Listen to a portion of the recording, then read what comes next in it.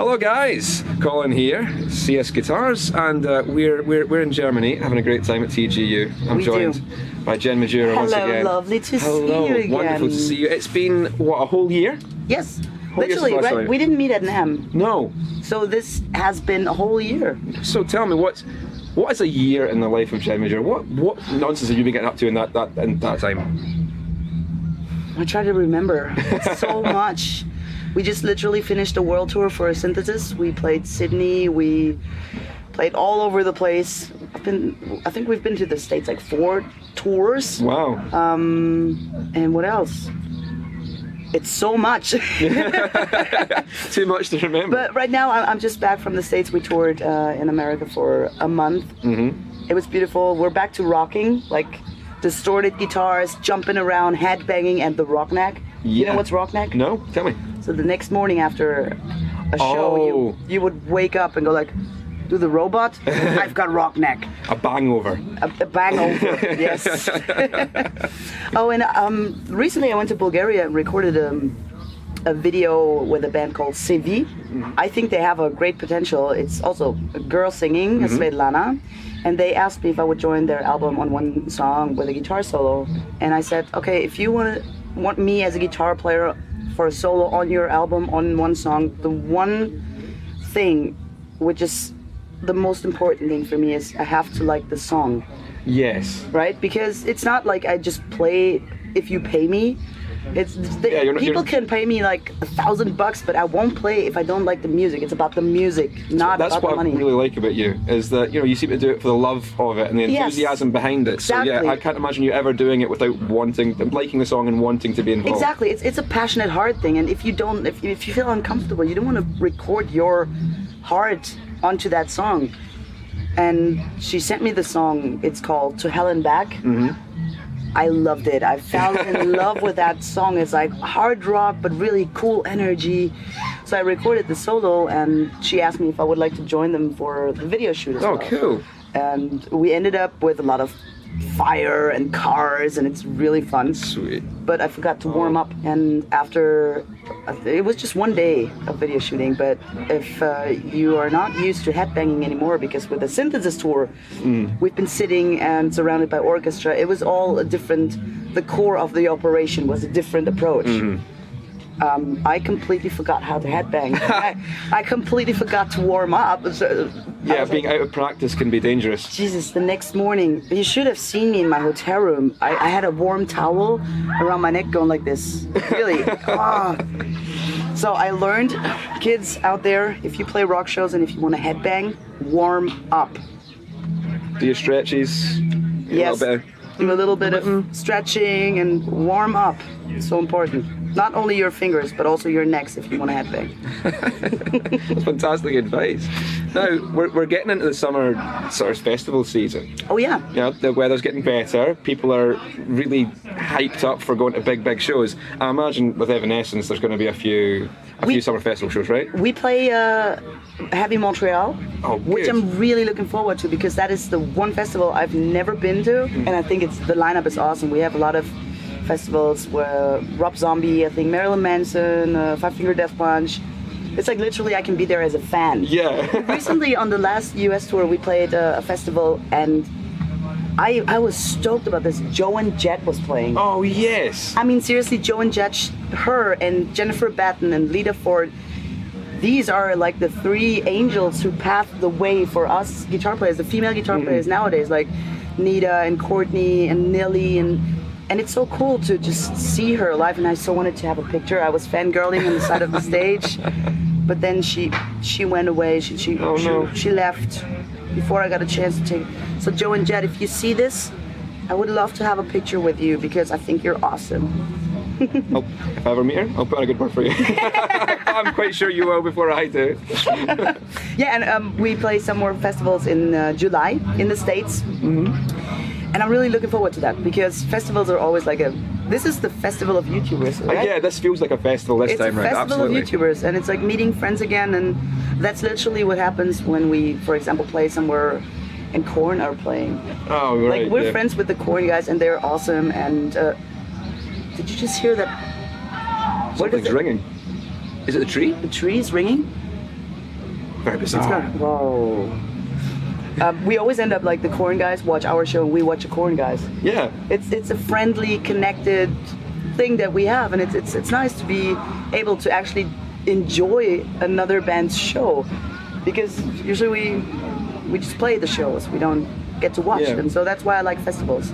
Is there more touring to do with Evanescence as well as just the festival dates? It's just 4 shows. We have 2 shows, then we have a couple of days in between, and then we play 2 more shows, and then I'm flying back to Germany. And in September we'll be touring Europe, which is always great fun for me because, you know, I am the pond hopper. I have the long way to travel. Yeah, you've got the commute. It's each time I'm like, hey guys, how was your flight? And oh, nice, it was just 3 hours. How was yours? Oh, I've been on the road for 37 hours, but never mind. So, and I'm jet lagged, so everybody's gathering for rehearsals, for example, and they keep practicing and pushing, and let's play it once more. And I'm like, guys, I feel as if it's 8 a.m. in the morning now. I'm close to just falling apart. So European tours are much bigger fun for me. Yeah, but better for you. Everybody's like, oh, everyone else has the problem. I'm so tired. It's like, are you jet lagged or what? Come on. I do this once a month sometimes. Yeah, it's fun. Tour, it's a little different because the schedule is all Eastern European countries, and I'm looking forward to be back to Bulgaria actually, and we play Russia and Ukraine and Bulgaria and Slovakia, Slovenia. I don't know, but it's cool. Probably a lot of interesting new food for me. Oh, that must be a good thing, traveling about like that. Seeing what they provide for you. I'm always up for like local food. You know, here in Bavaria you have to eat like that Weißwurst, and it's interesting to just eat and drink local stuff. I'm a foodie. I like it. Now, the last time we met, you were speaking to me about a project you were just starting up. Yep. Something on 11. Okay, Something on 11. So where are we at with that? We recorded 8 songs. And I think the approach is very, I gotta be careful now. Okay. The approach is very artful. It's about the music, and we didn't really pay a lot of attention to the mainstream music rules. Yeah. Meaning we have, for example, one song that doesn't have a chorus. We don't have a hook line. Oh. It's a guitar melody.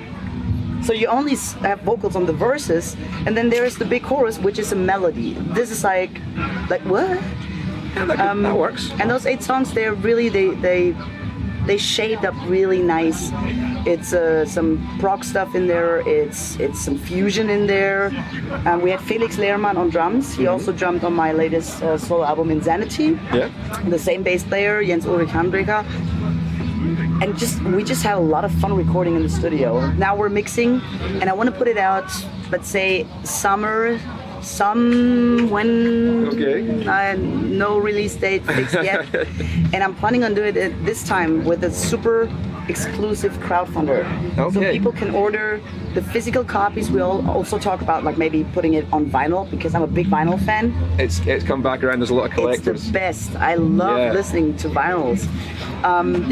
So that's the plan right now, and we'll see how that whole thing turns out. I'm looking forward to hearing a lot more of it and maybe putting some money in that crowdfunding. Yay! Fan right there. But I'm your fan too, you know that. Thank you very much. One last thing I was going to talk to you about.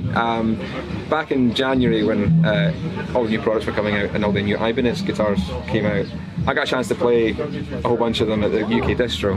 And one of the ones I really liked was that purple one. Purple, the action label? Yeah, and I remember when that first got put up on social media, you put a comment, oh, I need to have one of those. Yeah. And then about 2 days later, there was a picture. I had it. I have one of those. Well, it was like for Germany, we met up all the Ibanez artists and with our family. I call it the family.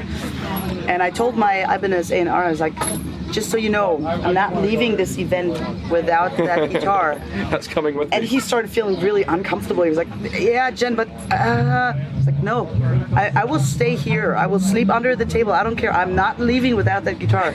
And in the end, I got it, and I fell in love with it. Yeah. It's such a beautiful guitar. It plays smooth, and the only thing that I changed is it came equipped with bare knuckles. I have the 7-string version of that one now too. Right, yeah, that was good. And they're fabulous. They're really great guitars. But I changed to Fishman Fluence pickups. Oh right, yes, okay.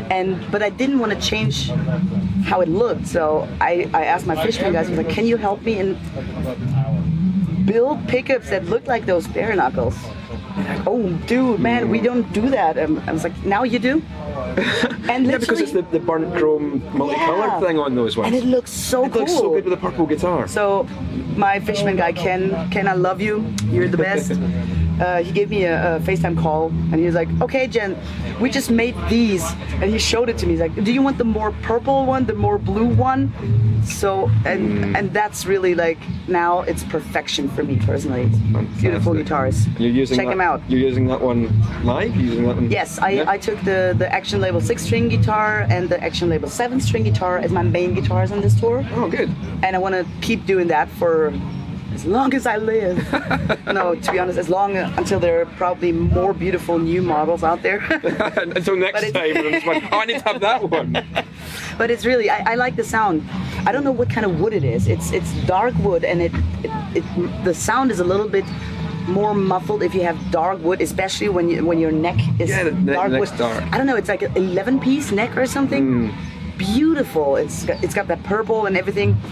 And I realized when I use my Fishmans, it's the perfect combination of the clear attack crispiness, and then in combination with the rather dark wood, it's perfect. It's getting all those combinations just right, because you know, if you put the wrong pickups in the wrong guitar, then exactly. But it doesn't mean either of them's bad. You just need to get the right combination. Exactly. For example, I have that one of these Tele shapes. What is it called? The FR from the Uppercut series.